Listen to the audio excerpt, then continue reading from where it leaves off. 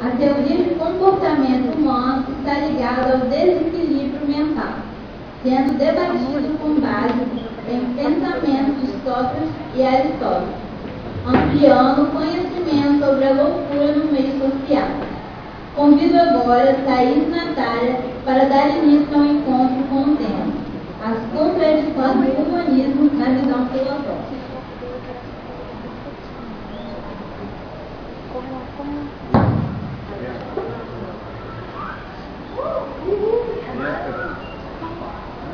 Bom dia a todos. Somos no encontro de número 3 e estamos apresentando o tema as contradições do humanismo na visão filosófica. Meu nome é Thaís. Bom dia, meu nome é Natália, pesquisadora de José Paraná. Com esse tema, eu abordarei o ensaio sobre a cegueira, a humanização e a desumanização, juntamente com a batalha, onde os personagens do livro se encontram nos níveis mais baixos da barbárie. Dessa forma, eles são cruéis, violentos e ferem os princípios da sociedade. Com esses atos descritos no livro, a gente pode estar relacionando com Sigmund Freud e a sua obra O Mal-Estar da Civilização, em que ele diz: os homens não são criaturas gentis, desde que sejam amadas que no máximo podem defender-se quando atacados. Pelo contrário, são criaturas em que cujos doses instintivos devem levar em conta uma poderosa cota de agressividade. Em resultado disso, o seu próximo é para ele não apenas um ajudante potencial ou um objeto sexual, mas também alguém que intenta satisfazer sobre ele a sua agressividade e explorar sua capacidade de trabalho sem compensação, utilizá-lo sexualmente sem o seu consentimento, apoderar-se de suas posses, humilhá-lo, causá-lo sofrimento, torturá-lo e matá-lo. Com esse trecho da obra O Mal-Estar da Civilização, a gente pode perceber que o ser humano ele é ruim por natureza e ele utiliza o seu próximo para o seu próprio favorecimento, com ou sem consentimento desse seu próprio. E a gente pode perceber isso no texto do livro. Colocado atrás da rapariga dos óculos escuros, o ladrão, estimulado pelo perfume que se desprendia dela e pela lembrança da eleição recente, decidiu usar as mãos com maior proveito. Uma acariciando-lhe a nuca por baixo dos cabelos, a outra, direta, sem cerimônias, apalpando-lhe o seio. Ela sacudiu-se para escapar ao desaforo, mas ele a tinha bem agarrada. Isso a gente pode ver como o ladrão se aproveitou da rapariga de óculos escuros sem consentimento dela. Freud também dizia que a cultura produz o mal-estar nos seres humanos. Isso porque para que a sociedade se desenvolva, é necessário que os seres humanos tenham sua satisfação funcional, ou seja, a sua vida sexual, a sua liberdade e a sua agressividade são prejudicadas para que a sociedade possa crescer. Por isso, Freud afirmava que todo homem é inimigo da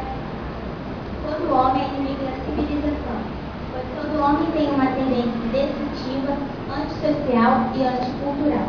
Isso a gente pode perceber no livro com a seguinte trecho: é dessa maneira que nós somos feitos, metade de indiferença e metade de ruindade.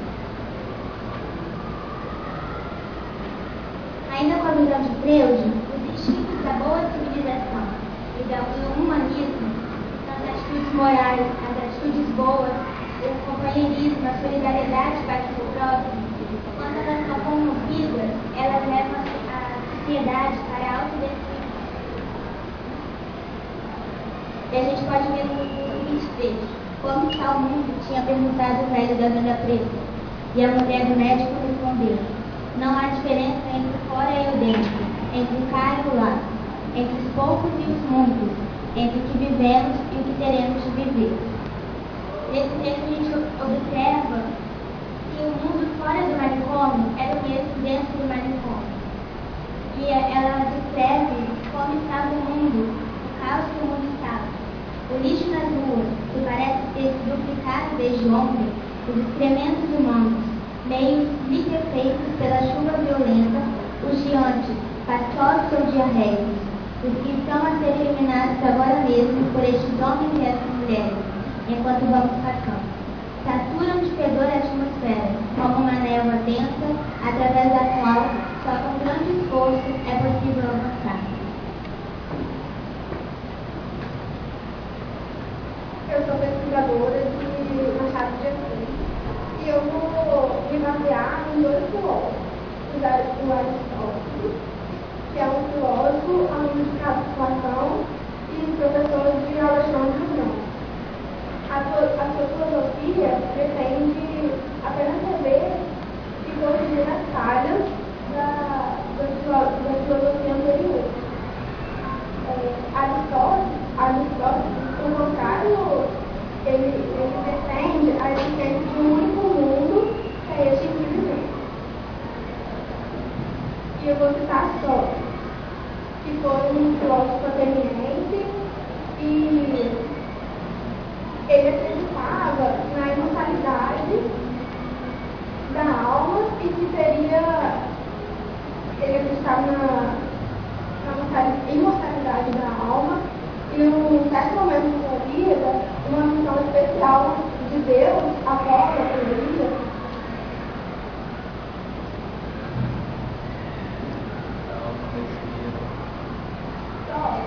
Ele duvidava da filosofia dos sofistas, que ele achava que a filosofia dos sofistas, ele ensinava as virtudes aos homens. Sócrates era contra isso, ele achava que os homens, eles aprendiam por si mesmos, que nunca tinha paternidade ou como no livro encontram dois narradores, um onisciente, narrador onisciente e narrador cronista. Eu vou focar mais em narrador onisciente, que ele se baseia nos princípios da literatura realista e se preocupa com objetividade. E ele centraliza sua atenção para o protagonista, que é Simão Bacamarte. E ele revela o modo com que ele denuncia os títulos humanos. Ele fala como que o homem é psicopata.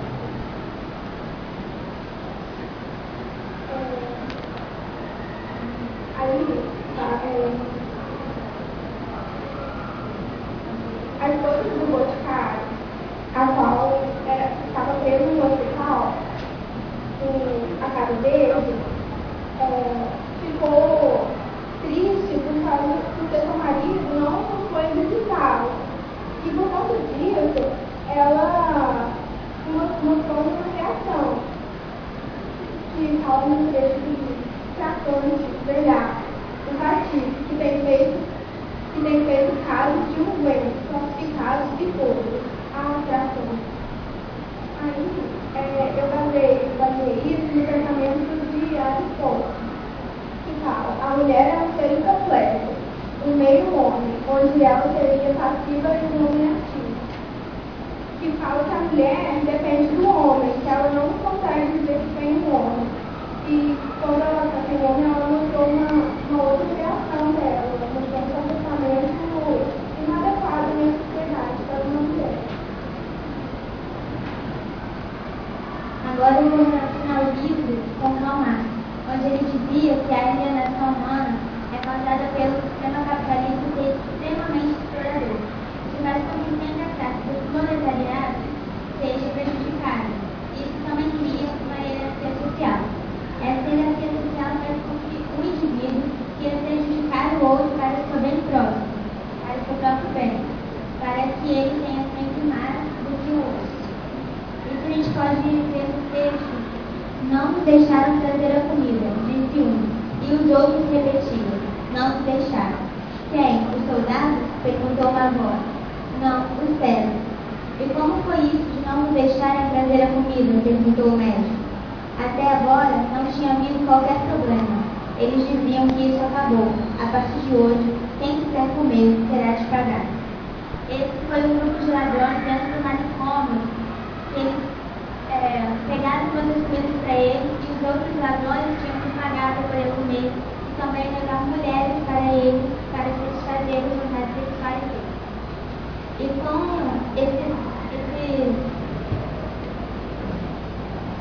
o indivíduo vai se preocupar mais com os bens materiais, Karl Marx trata isso como ceticismo, que é quando o indivíduo se preocupa com os bens materiais e deixa de valorizar as atitudes boas, a sua própria inteligência. Isso faz com que o dinheiro, que é o maior dos ceticismos considerado por Karl Marx, torne o indivíduo alienado ou uma mercadoria para a sociedade capitalista.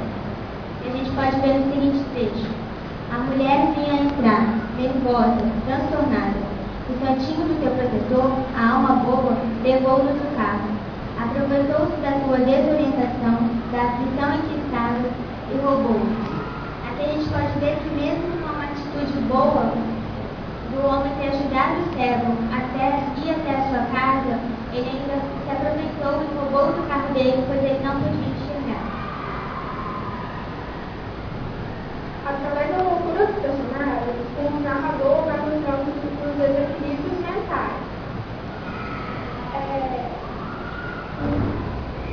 Se basear, eu baseei no filósofo, os desequilíbrios mentais eram do autor uma condição meramente humana, caracterizada por pensamentos considerados anormais de meio de sociedade.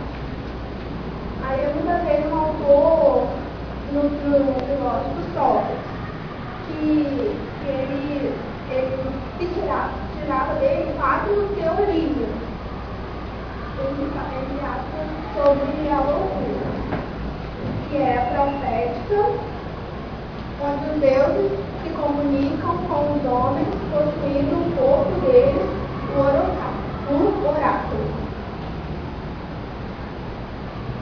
que era considerado uma atitude anormal no meio da sociedade, não era muito difícil. A segunda era os rituais, os loucos seriam conduzidos ao êxtase de danças e rituais ao fim, dos quais seriam possuídos por uma força exterior. Então, quem dançava ou quem oferecia gestos diferentes ou expressivos era considerado louco também. A loucura amorosa, da deusa Afrodite, que todos cometem loucura por amor, e a poética, tá? Uma loucura intelectual.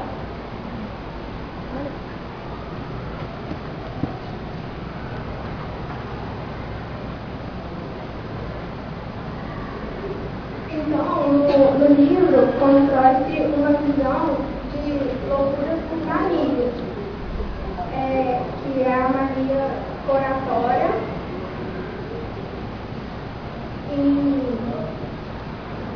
que pessoas que ficam falando muito. No livro é construída essa mania, a mania dos vaidosos, pessoas que eram muito vaidosos, que eram muito ligados às coisas materiais, os excessivamente escoteiros, aqueles que queriam sempre estar ajudando, só que sempre acabam atrapalhando, os que emprestavam dinheiro, que era mercenários, que queriam sempre estar tirando proveito dos outros, e os indecisos, que sempre não tem certeza do que quer, do que vai fazer, do que vai vestir, do que vai usar.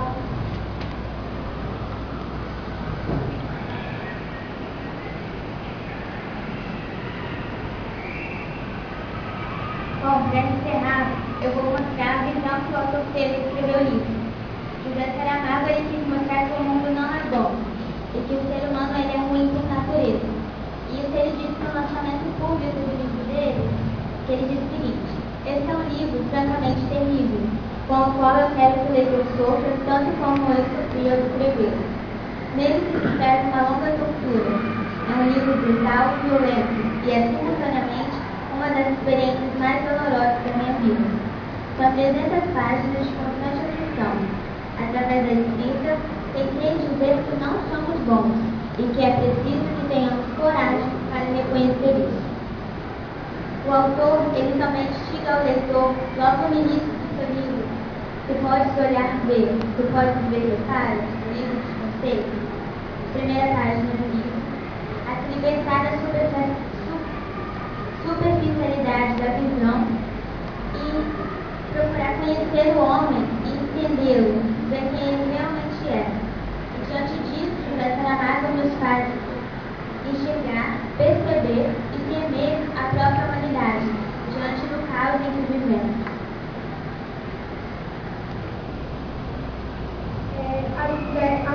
A conclusão, concluindo a minha parte, do alienista sobre a loucura, é que contempla com a persona, porque o alienista, ele falou, vamos dizer, 4 teorias, que é a de comportamento, como as pessoas elas agem.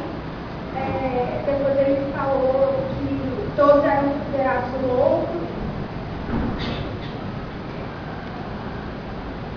E ele conclui falando que a loucura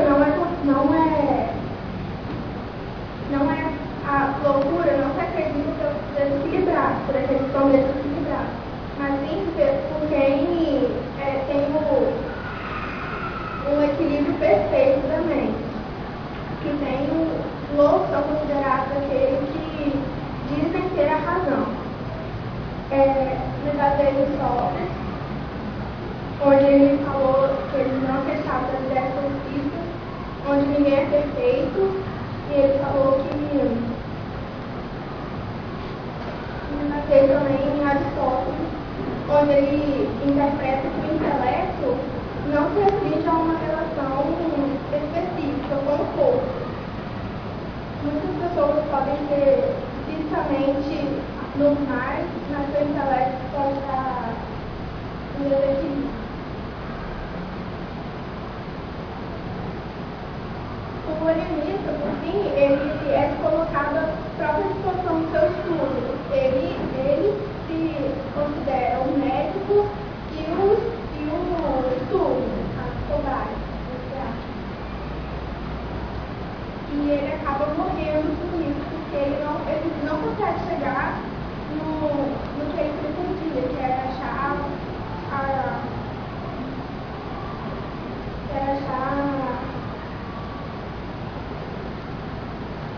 a questão, resolver a questão que cada um. Eu já fez também nas contas, onde ele diz que a alma da pessoa além de características vegetativas e sensitivas, ela também é característica da inteligência, que é capaz de aprender as existências do mundo independente na condição humana. Ainda tem Aristóteles também, que dizia que a sabedoria é limitada por sua própria ignorância, e que ele falou que só sei que não sei. Muito obrigada.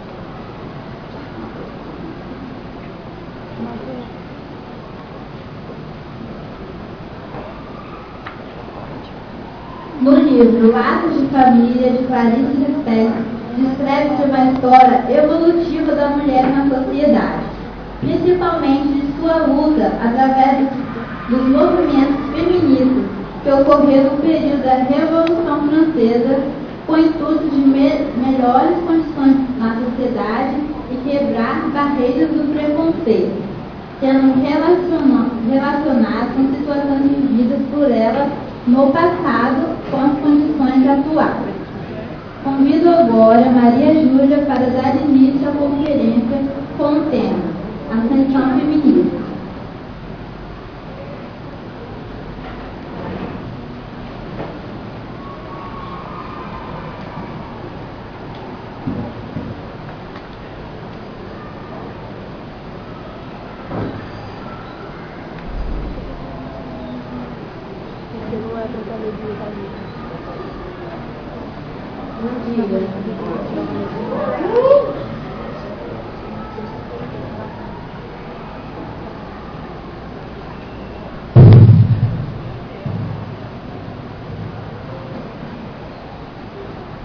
Lispector, autora do livro Laços de Família, ao qual me baseei nessa conferência, realça em suas obras sentimentos comuns a todas as mulheres, assim como ela mesma, pois na sua obra ela realça sentimentos, desejos e sonhos vividos por ela mesma, o que na verdade ela queria que acontecesse na vida dela, mas que, como não era desse jeito, ela transformava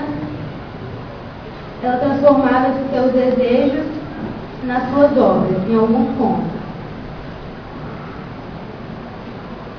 O que eu sinto, eu não ajo. O que eu ajo, eu não penso. O que eu penso, não sinto. Do que sei, sou ignorante. Do que sinto, não ignoro. Não me entendo. Eu ajo como se entendesse. Através desse pensamento, a gente pode refletir as mudanças que aconteceram com o gênero feminino.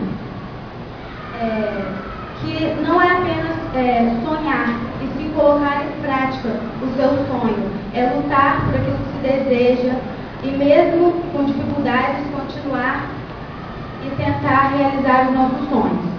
A gente pode perceber também, através de uma certa insegurança da autora, que as mulheres, mesmo lutando por seus objetivos, elas têm um certo medo ao agir. Talvez por isso elas são taxadas como sexo frágil. Ascensão feminista. Em todo o seu percurso até as conquistas atuais, a mulher sofreu muito com vários tipos de preconceito, como a violência doméstica, o abuso sexual e as dificuldades ao enfrentar a diferença do gênero na nossa sociedade atual. Essa ascensão foi ocorrendo aos poucos em nossa sociedade, porque no início dos tempos a mulher era tratada com muito preconceito e muito discriminada realmente. Esse trecho da Imitação da Rosa, que é um dos pontos do livro Laços de Família, a gente pode perceber essa submissão que a mulher, a submissão que ela é imposta ao marido, por exemplo. Antes que Arnaldo voltasse do trabalho, a casa deveria estar arrumada e ela própria já no vestido marrom, para que pudesse atender o marido quando ele se vestia. A gente percebe a submissão da mulher ao marido nesse trecho.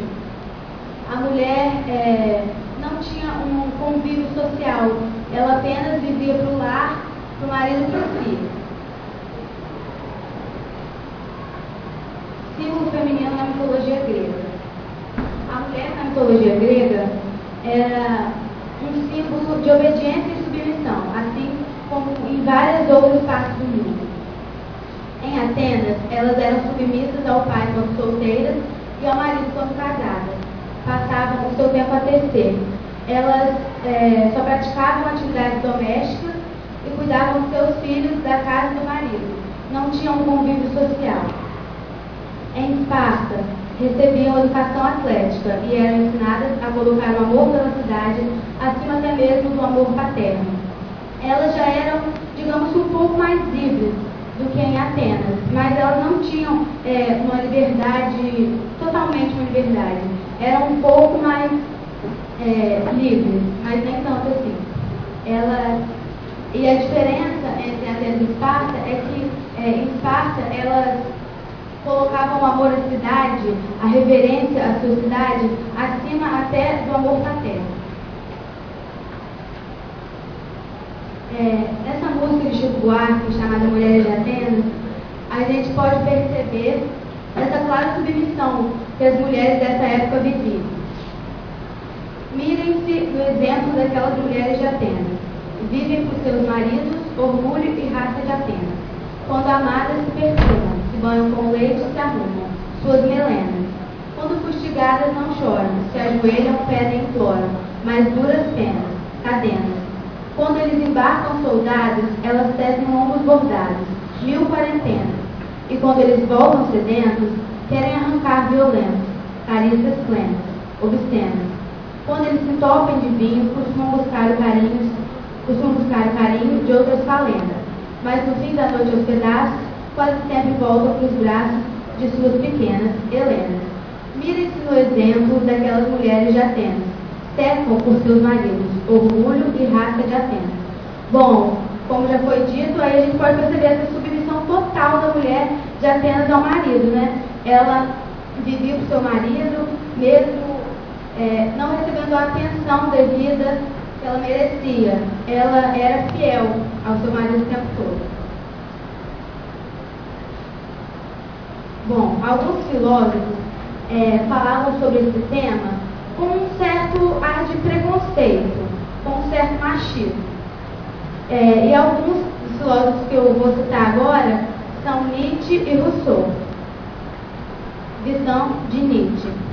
Poderemos, nos 3 ou 4 cantos da civilização da Europa, fazer das mulheres, através de alguns séculos de educação, tudo aquilo que quisermos, mesmo dos homens, não a verdade no sentido sexual, mas em todos os outros sentidos. Bom, segundo Nietzsche, a visão, o contato da mulher com o homem faria com que ela herdasse alguns de seus hábitos, como albergar, como as forças e as virtudes dos homens, mas também os seus medos e seus vícios. A mulher, com convivência com o homem, ela adquiria alguns seus hábitos. Visão de Rousseau. Na união dos sexos, cada qual concorre igualmente para o objetivo comum, mas não da mesma maneira. Dessa diversidade, nasce a primeira diferença assinalável entre as relações morais de um e outro. Um deve ser ativo e forte, o outro passivo e fraco. É necessário que queira e possa, basta que o outro resista um pouco. Estabelecido este princípio, segue-se que a mulher é feita especialmente para agradar ao homem. Bom, segundo essa visão de Rousseau, a mulher e o homem teriam um objetivo comum, mas eles seguiriam de maneira diferente. O homem teria o poder e a mulher apenas a obediência. O homem mandava e a mulher só obedecia. Um dos aspectos da submissão da mulher concretiza-se na falta de liberdade religiosa. Sobre isso, diz Rousseau: toda jovem deve ter a religião de sua mãe, e toda mulher a de seu marido. Ainda que essa religião seja falsa, a docilidade que prende a mãe e a família à ordem da natureza elimina junto a Deus o pecado do erro. De acordo com ele também, a mulher não poderia ter uma liberdade nem na hora de escolher a sua religião, seguir o caminho apenas da sua família. Quando jovem solteira, ela seguiria a religião de sua mãe, e quando casada, de seu marido, sem também a oportunidade de opinar na sua religião.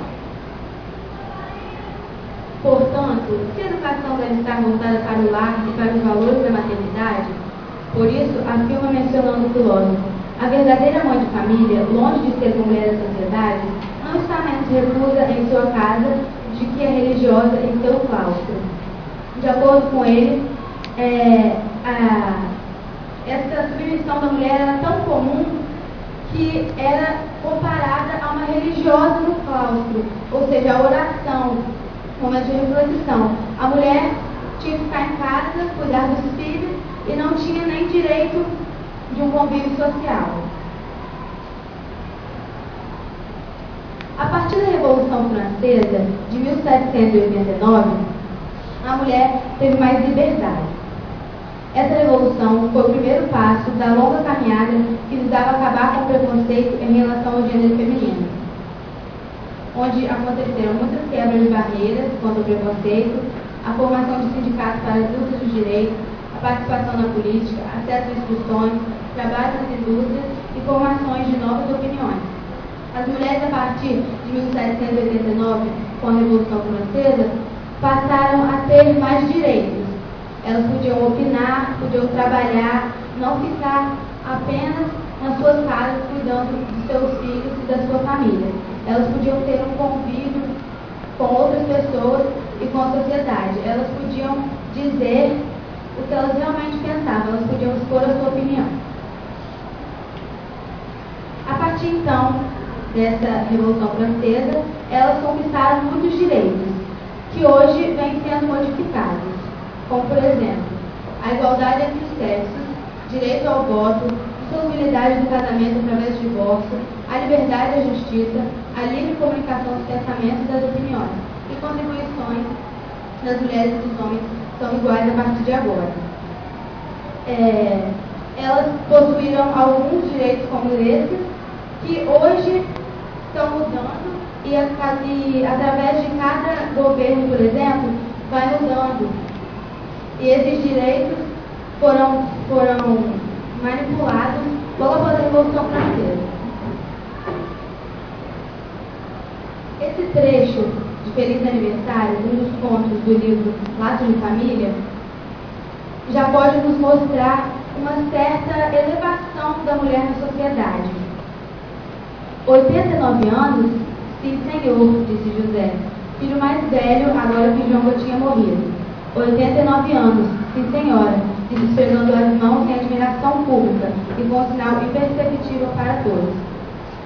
Aí a gente pode perceber já uma exaltação da mulher no livro. A mulher, a partir daí, já foi tendo um lugar na sociedade e já foi sendo mais, digamos assim, valorizada. Nem o homem mais rico do mundo já pôs o olho sobre tanta estranha graça. Ali estava uma mulher que a melodice do mais fino sonho jamais pudera imaginar. Foi então que o explorador disse, timidamente, com uma delicadeza de sentimentos, que a sua esposa jamais julgaria capaz. Você é pequena flor. Aí também, como no slide anterior, a gente pode perceber essa elevação da mulher. Olhava-se com um ponto ar excessivamente severo, onde não faltava admiração por si mesmo. Depois de tudo isso, de toda essa revolução que ocorreu na vida da mulher e na mulher, no papel da mulher na sociedade, a gente pode perceber que ela mesma, apesar de ter conquistado tudo que ela conquistou, apesar de ter lutado como ela lutou, ela ainda tem uma insegurança em si mesma. Ela cobra muito de si mesma. Talvez por isso elas conquistem tudo que elas conquistam, porque elas são severas com elas mesmas. Elas cobram muito delas mesmas. Por isso elas chegaram aonde estão hoje em dia e por isso elas conquistam o que estão conquistando a cada dia mais.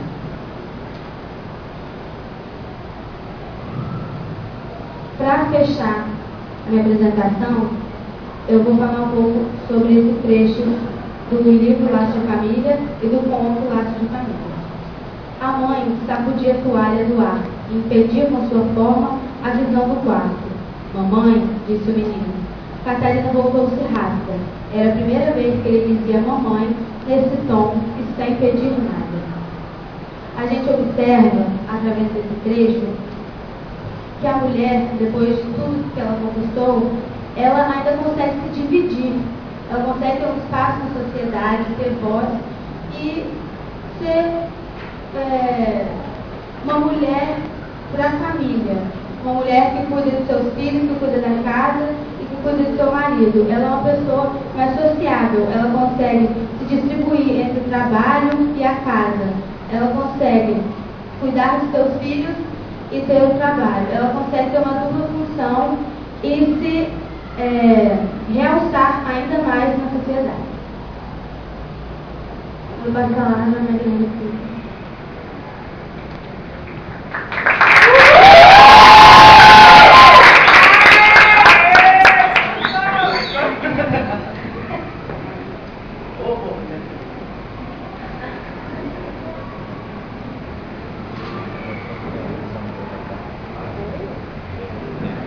Sobre o encontro e a conferência apresentada, passo a palavra aos críticos para expor seus questionamentos.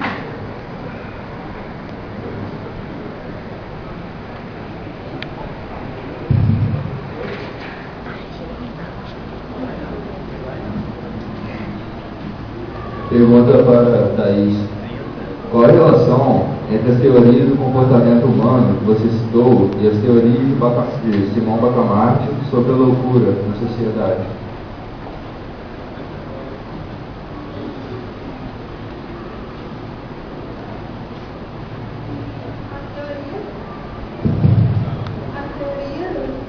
As teorias de Platão mostram como se comporta um ser, como que é a atitude dele com a sociedade. Uma atitude diferente torna ele um ser diferente, torna um ser anormal.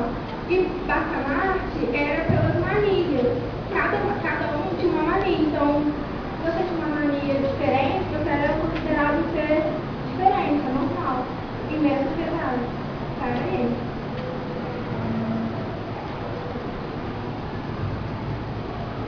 A minha pergunta vai para a Maria Júlia. Clarice Lispector, em seus contos, vão de encontro ao machismo autoritário e às ideologias que se transferem às mulheres para uma situação de inferioridade.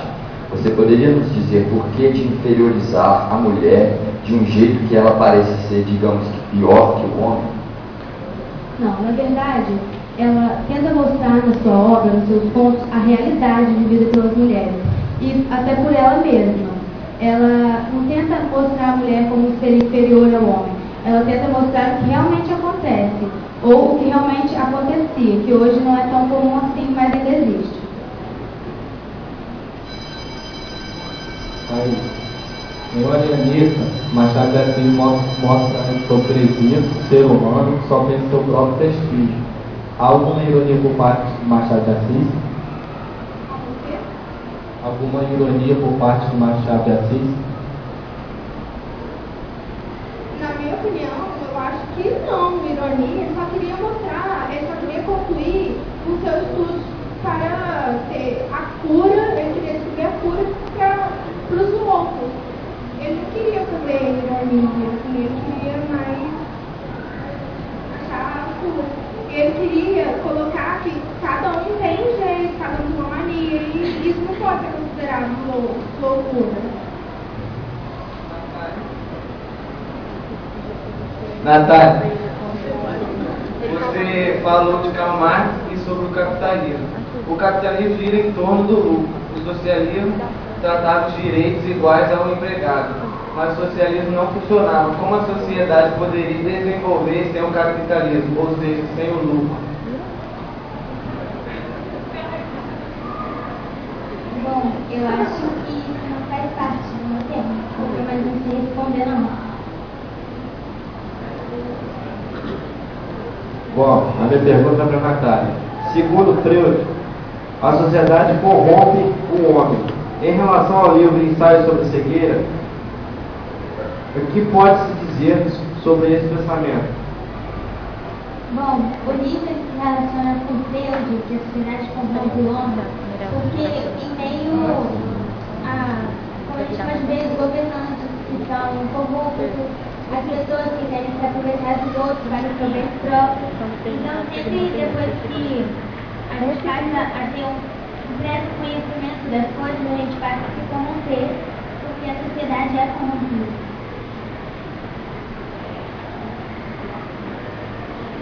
A minha pergunta é para Maria Júlia. O que poderia propor-se tendo de um lado um ponto de Clarice Lispector e de outro lado um olhar psicanalítico? Bom, o conto de Clarice Lispector tem esse olhar psicanalítico porque cada pessoa tem um olhar diferente, um pensamento diferente a respeito das coisas. E nesses contos a gente pode perceber esse olhar diferente, esse pensamento das mulheres. A minha pergunta vai para Maria Júlia. Como e em que a mídia nos influencia em relação ao nosso estereótipo sobre os gêneros?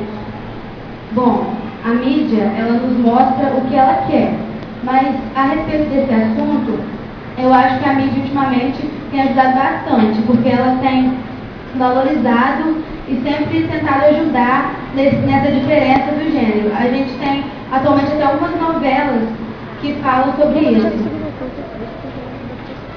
Minha pergunta para você também, Maria Júlia. O que vem a ser o movimento feminista no livro de Clarice Lispector? Bom, através de todo o livro, a gente pode perceber o crescimento da mulher. No início, só apareciam papéis de mulheres oprimidas, que sofriam, e já no final do livro, a gente pode perceber a valorização da mulher. Até em alguns trechos que eu citei, dá para perceber essa valorização do homem para com a mulher. Maju, no livro, a passagem com duplo sentido, repetições vazios literários. Por quais motivos? Pode repetir, por favor? No livro, a passagem com duplo sentido, repetições vazios literários. Por quais motivos? Repetições, sim. Ela tenta mostrar essa desigualdade, digamos assim, do gênero através da repetição e sempre está botando isso em alta no livro dela. Sempre está mostrando e focando nesse assunto, nessa desigualdade e nesse crescimento da mulher. A minha pergunta para Maria Gília.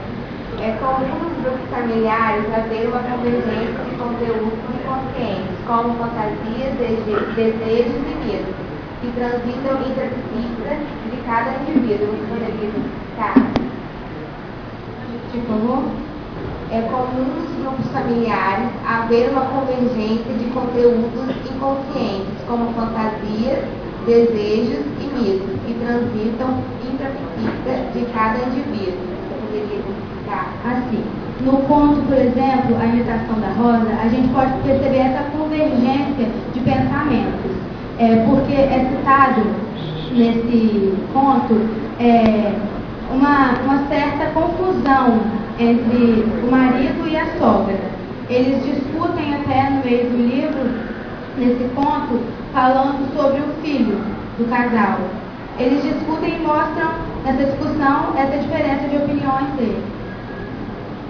Maria Júlia, o que você pensa sobre a possibilidade da abolição das diferenças e da desigualdade do gênero feminino? Olha, eu acho que isso vem acontecendo, já está bem mais desenvolvido do que antes. Hoje em dia, as mulheres, depois de muita luta, muito esforço, elas conseguiram muitos direitos e já têm um lugar de destaque na sociedade. Eu acho que seria perfeito se isso fosse totalmente abolido. Maria Júlia, as mulheres vêm derrubando barreiras. Quais transformações seriam necessárias para alcançar um equilíbrio entre os sexos no mercado de trabalho? Bom, seria essa igualdade social, porque mesmo com tudo que aconteceu, ainda há uma desigualdade. Então, com o fim dessa desigualdade, seria perfeito a paz entre os sexos, na minha opinião. Encerrado aqui as cruzes. Passo a palavra ao meu colega.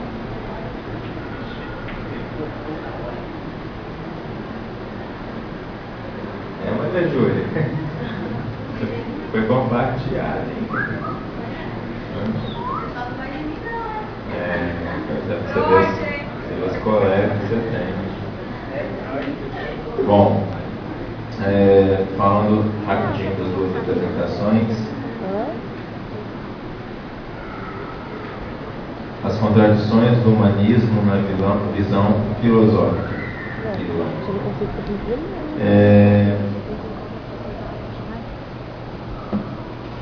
As duas abordagens estabelecidas por Thaís e Natália, tendo como foco principal uma leitura a partir de Machado de Assis e uma outra a partir de José Saramago, a gente poderia colocar os dois em visões céticas relacionados a um certo ceticismo na própria relação que se tem e se predomina a partir das características que o humanismo trata na visão de sociedade. Afinal de contas, foi por meio de um tema filosófico e, por que não dizer, passando por uma visão sociológica, que vocês abordaram o tema de vocês. Trabalhar as contradições da própria presença do ser humano na construção de uma sociedade. Vocês foram buscar lá em Freud essa referência, não só no papel da dominação,